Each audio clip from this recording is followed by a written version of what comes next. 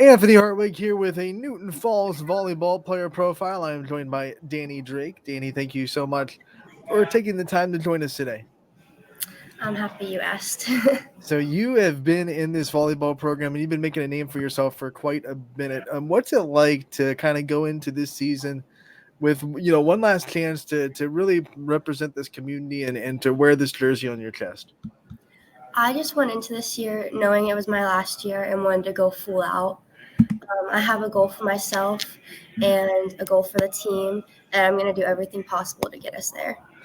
All right, you brought up the goals for yourself. What are some personal goals that you set before the season even started that you said you wanted to reach this during the season?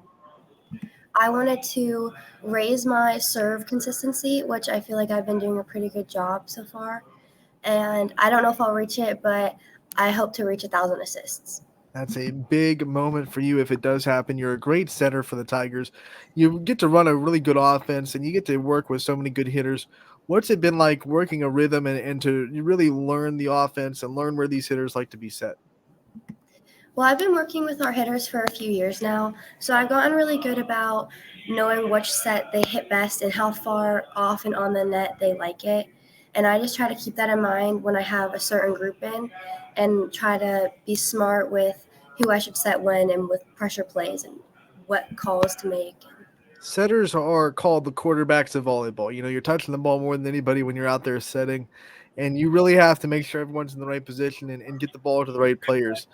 What's it like for you? You've been setting for a long time. How do you develop the mindset of being a setter and having all that pressure on your shoulders to run the offense? Um, I feel like I've gotten pretty used to the pressure because I just try to stay very low. Don't get super hyped during the games, keep a low energy, and that helps me personally so I'm not getting too much adrenaline when I'm setting and pushing the ball too high, too far. And if I do mess up, I just try to remember that everybody makes mistakes and that one play isn't going to cost us the game, so I just need to move on and keep going. One of the things that anyone that goes to Newton Falls volleyball can see right off the jump for you is that you're always smiling, you're always having a good time, you're always staying as light as possible. What helps you do that through volleyball's an up and down sport, so you can easily ride that roller coaster. You never do. You're always up at the top. So how do you stay high? How do you stay kind of smiley and loose during the whole game?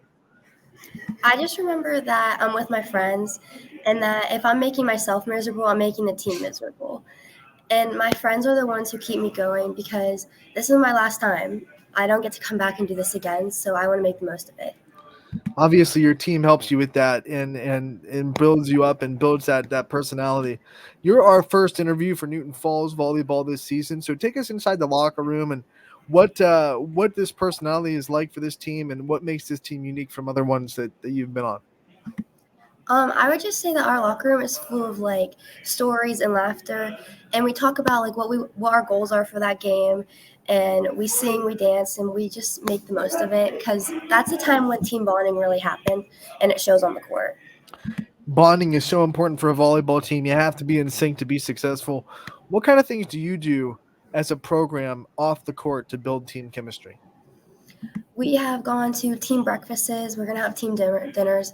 Um, After our first week of practice, that's our most intense week of practices throughout the season. We had a team pool party, and all of that combined, it just really helps us. We do a big sister, little sister program, so all the upperclassmen are paired with underclassmen, and it's just a great way to get to know your whole team.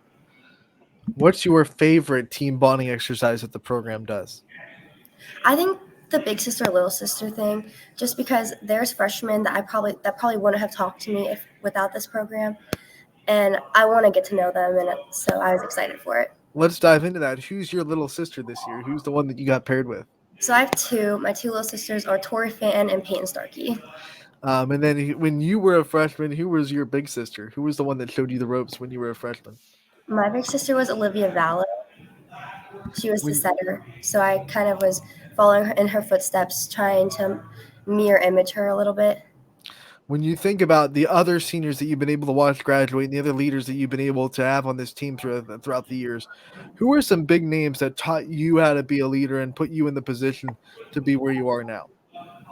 My older sister played volleyball for 2 years ahead of me. She graduated in 2022, And I always just looked up to her because she was just good at making friendships on the team, and I wanted to follow in her footsteps and be the person people looked up to. When you think of your favorite memories on the court with this team, you're gonna have to reflect when you're done. What are some of the favorite memories that you've made on the court with this team? Um, Me and my libero Lauren Burbish, we have this. Um, we run into each other a lot, and although like that can sometimes cause issues on the court, it makes us have an understanding for each other where we are on the court at times. So it kind of is like a funny moment to look back on. And then I'd say me and Lily Sate have some really good memories. After a good kill or a good hit, me and her just get really hyped for it. What are some of your favorite off the court memories with this program? Things that you're gonna cherish off the court for forever. Definitely the pool party. Some fun memories were made that day. Some crazy stories were told. Um, yeah, that was just a crazy night. At the top of the interview, you talked about how this is your last year and you wanted to make it worthwhile. You wanted to go full out. How are you handling all the emotions that come with senior year and all the last that it brings? Last home games, last time facing ex opponent, et cetera, et cetera. How are you handling all the emotions that senior year can bring? Um, I haven't let myself like digest that I'm a senior yet, so I'm just hoping that doesn't kick in too soon because I don't want to think about all the lasts. I want to just think about the game and the friends and the memories. I'm sure You it'll hit fall me on you senior fall night. sports you fall sports athletes are so lucky because you have so much school left after the season that it doesn't feel like your careers are going to end yet. Let's talk about after graduation, some future plans for Danny Drake and where you see yourself going after high school. I see myself definitely going to college. I'm not really sure what for or where yet, but I've always thought of myself going to college and I could picture myself there. All right, so you haven't picked a major yet, but give us some interest, maybe some guiding lights into where you might find yourself or what career path you might want to go into. I've always been interested in kids, specifically little kids. So I could see myself either being some sort of teacher or even like a therapist of some sort, maybe. All right, since you love working with little kids, it opens up a big question as to the little Newton Falls volleyball girls that look up to you because you're the senior center on the varsity team. What's that mean to you to be a role model and to be the one that people are looking at saying, I want to be in her shoes when I grow up? I just remember that at one point that was me and I looked up to those girls. So I try not to stress and I just remember that even if I mess up, they're not watching that. They're watching how I react to the plays. And I think that's what's most important is to keep my composure for them. When you reflect on that part of your life, being a little kid looking up to the varsity volleyball team, what were some of the things that made you like fall in love with volleyball and made you want to, you know, pick it as a sport and put so much time into it? Definitely the energy that is created on the court. Watching the jumping around, the big smiles, the laughing, the coming together in the middle after a big play, all those things just made me want to keep going, even when I was having a hard time. What are some of your first volleyball memories that you have? Like some of the ones where you did fall in love with the sport as a little kid. What are some of those memories that you have from your childhood? I can remember whenever my sister started playing in junior high, I got dragged to her games. And I remember watching them. And even though seventh and eighth grade volleyball isn't all that interesting, I remember thinking that it was really cool to watch and that one day I wanted to try that. We can't talk about Newton Falls volleyball without talking about Coach Baker and what she means to this program and what Mark Baker obviously means to it as well in this whole athletics community. Talk about being coached by Coach Baker and what it has meant for you over the last 4 years to learn from her and to be able to grow with her. Um, I definitely have grown into that role a little bit more this year than in the past. She comes to me when she wants to talk about things, and I go to her when I have ideas or thoughts. And she listens and she tells me whether what I'm thinking is crazy or what I'm thinking might be possible or some ideas we might have. And then um, Coach Baker, he's helped me with setting a lot. We had lots of setting practices throughout the summers, and it got pretty intense at times. Some coaches might not be that open to hearing ideas and thoughts of their players, and it might have this idea where, this is how we're doing it, and this is how I want to do it. But Coach Baker, obviously, not that way. What's it mean to you to have a coach that if you see something or you have an idea, you are absolutely able to go to her and explain it and work it out and maybe work it on the floor? It's great. It's so helpful because it takes off pressure from the team. Like you can see stress build up, and knowing that you can talk about it openly without getting like backed off of and telling she's just telling you no right away. It's really helpful. We just have team discussions, and they're all very calm, and it just helps create that team bond.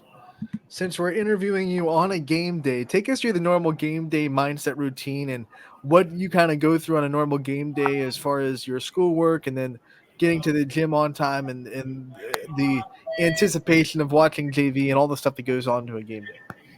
Well, I had school today, and we didn't really do much.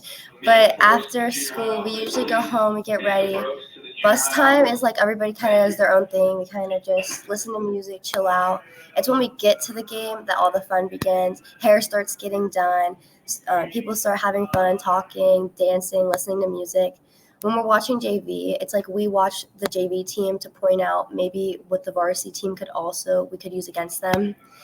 And then when we go to the locker room right before the game and Coach K comes in, she just goes over what we need to do, what our goals are, how we should play, and put in max effort. Is it easier or harder to get through a school day when it's game day for you? I think it's easier because you have something to look forward to for the night. When you don't have that and you just have practice, you're like, oh, what am I going to do with my night? It's kind of boring. But knowing that I have a big game ahead of me, I'm excited to go and try to win. We see so many athletes do so many different things to get themselves in a mindset when they get to the gym, whether it be music, whether it be silence. Some people listen to podcasts. What do you do to get yourself in that mental state that you have to be in to go out there and be your best athlete that you can be? Um, I don't really have a set thing. I just, I don't know, during warm ups, I really try to focus on my goals and get as warmed up as possible, obviously. Um, I don't know. I guess that's kind of it. Do you have a hype up playlist? Do you have music that gets you in jazzed and gets you hyped up for a game? I listen to new music, to different music every single game, pretty much. I listen That's to a lot of awesome. Swift though. No, no, that's awesome. No set playlist. Like I say, let's just put this in my ears and see how it works. You also said that their hair has to be done, right? That's something that's important for volleyball players. Who is the team stylist? Who does the hair on Newton Falls program? That would be me. Now, you're in charge of that.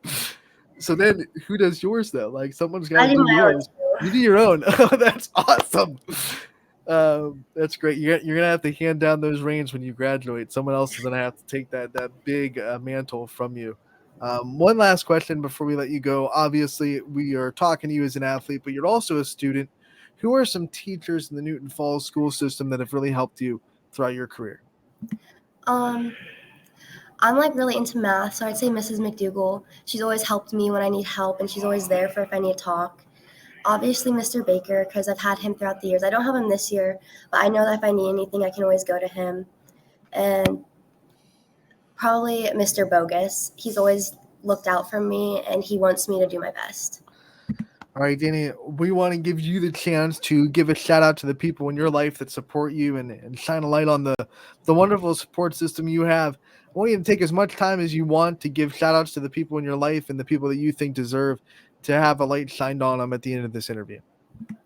Definitely my parents, because they've always let me have control over what sports I play, and they've always let me be my best. If I needed help with something, they'd be there to schedule a lesson.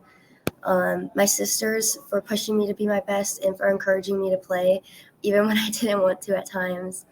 And then my best friends on the court and outside of the court, who, if I need to rant, they're there, or they're there to hype me up. There's no other people that I could get through the season with without them. All right, Danny, we want to thank you so much for taking the time to join us today. We appreciate it so much.